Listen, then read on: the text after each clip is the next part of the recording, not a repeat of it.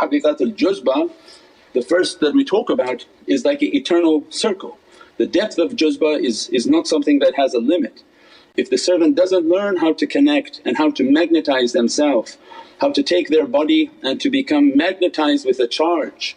And the coiling, we said in school everyone is taught that you get a rod, a metal rod, and the rod has no magnetic connection. As soon as you take an electrical coil and you coil it and wrap it all the way around the rod and connect to a power source, you're actually magnetizing the metal. So when you take that coil and you touch it, it begins to attract all of the paper clips in the school experiments that we did in school. Means becoming magnetized and coiling. Well, that's the same concept of understanding the madad in the meditation. When you sit for meditation that, Ya Rabbi, I want to open the heavenly kingdom within my being.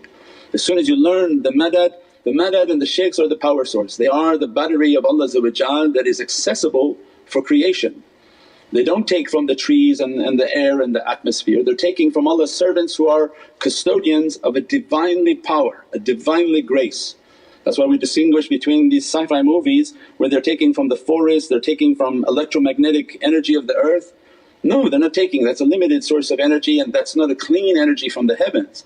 But Allah has on this earth, وَكُونُوا مَعَ صَادِقِينَ ittaqullah, have consciousness, be a conscious and obedient servant of Allah and keep the company of God's truthful servants. For those truthful servants they contain the covenant of Allah, the covenant of Allah, and that which Sayyidina Musa was carrying with angels. The covenant of Allah is the holy heart of insan, of people.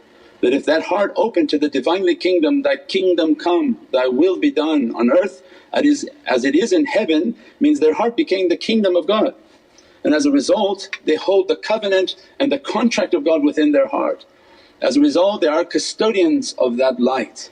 When you learn to be with them, eat with them, pray with them, accompany them through these modalities in which Allah has offered and opened, then you begin to learn how to connect to them. As a result of connecting to them they contain an energy source that's not available anywhere, it's an encrypted light. So only now we're understanding coding.